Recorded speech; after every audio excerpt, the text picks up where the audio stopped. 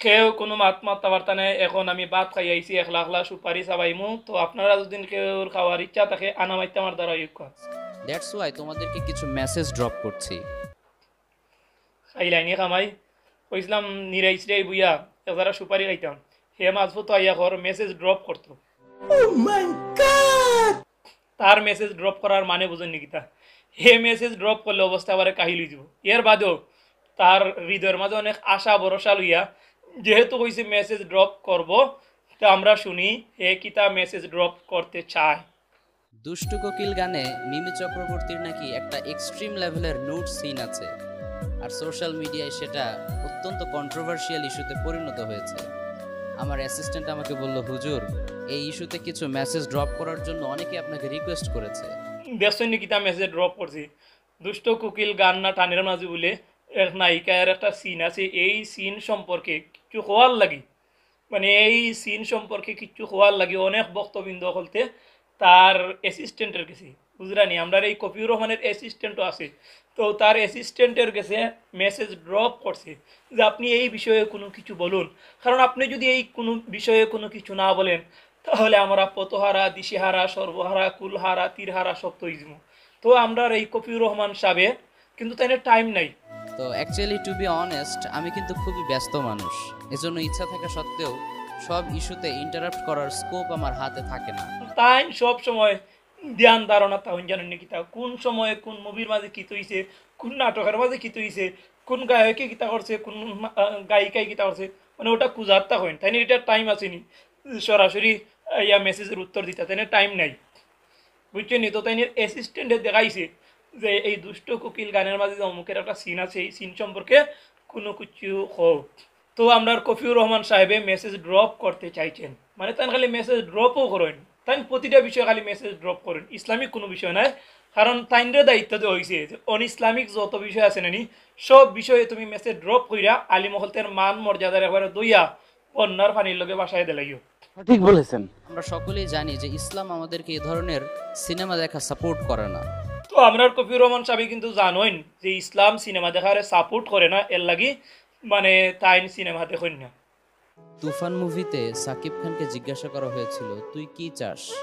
উত্তরে সে বলেছিল, পুরো দেশ। এক্স্যাক্টলি এই সিনটা কেজিএফ মুভিতেও ছিল।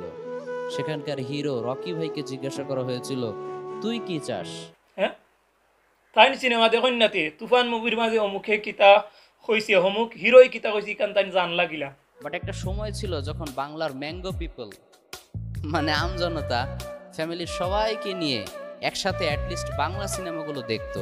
ওই দেখো এখানে আবার হইল যে কোনো এক সময় ফ্যামিলির সবাই মিল্লা মানে বাংলা সিনেমাগুলো দেখতাম, এখন তাইনের হৃদয়ের মাঝে মানে অনেক দুঃখ, এখন আর ফ্যামিলির সকল মিল্লা সিনেমা দেখতে পারেন না। হয়তো তাইন দেখেন, কারণ তাইনের যে খাইছিল তাইন যে বেখাইছিল তাইন না দেখলে আর খেয়ে দেখতা, কারণ তাইন যদি দেখেন না তাহলে অমুক সিনেমার মাঝে কিত হয়েছে, অমুক সিনেমার মাঝে হিরোই কিতা কইছে না কইছে এগুন তাইন জানুন কিলা।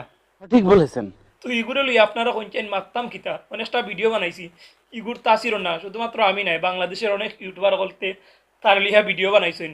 দেখা যায় যে হে মানে তামেন না একটা বাদে আর একটা মেসেজ ড্রপ করে, ভালা কোনো জিনিস লইয়া নাই, হে বাদ জিনিস লইয়া মেসেজ ড্রপ করে। আমার হতই লইয়া তোর যে কোনো বিষয় ইচ্ছা মেসেজ ড্রপ কর, আমরা আর কিচ্ছু যায় আসে না। আমরা তোরে যে কারণে ধরি কারণটাই লগিয়া যে তুই কি তার লাগে হুজুরের লেবাস দুইরা, হুজুরের লেবাস দুইটা কিতার লাগে তুই এইরকম মেসেজ ড্রপ করতে, কারণ তুই যে হুজুরের বেশ চাইরা নাইনি এই সকল নায়ক নায়িকা বলতে লগে গিয়া নাচস, তোর বিরুদ্ধে আমরা কোনো এই বাধা থাকতো নাই, কারণ এটা তোর ব্যক্তিগত অধিকার। আমরার প্রশ্ন হইল গিয়া যে তুই কিতার লাগে হুজুরের বেশ দুইরা আলিমের বেশ দুইরা ওয়াজের বাপ দুইরা তুই বিভিন্ন সিনেমারে বিভিন্ন নাটকরে প্রমোট করতে, তোর দুদিন বাইরে লওয়ার ইচ্ছা থাকে তুই গা তা নায়িকা হলতে লোকের নাই শুরু কর, তুই গা বাইরে লইয়া তুই একলা একলা জাহান নামে যায়, আমরা কিচ্ছু যায় আসে না। কিন্তু তুই এই ইসলামিক পোশাক রে হুজুর হলতের পোশাক রে তুই কিতার লাগে কলঙ্কিত কর রে, কারণ নাস্তিক মুরতাদ হলতে তোর লইয়া উদাহরণ দিব, কারণ কইব যখন হুজুর হলতে কিতা করে মানে এই ফিল্মের পক্ষে কথা কয়, আবার কিছু হুজুরে ফিল্মের বিপক্ষে কথা কয়, তখন তোরে দ্বারা তোর মতো নাটক হলতেরি দি জানোস নি কিতা পারবো উদাহরণ দিয়া হকানি উলামায়ে কেরাম হলতের মান মর্যাদা নষ্ট করে নাস্তিক মুরতাদ হলতে, এইটার লাগি দায়ী একমাত্র তুই।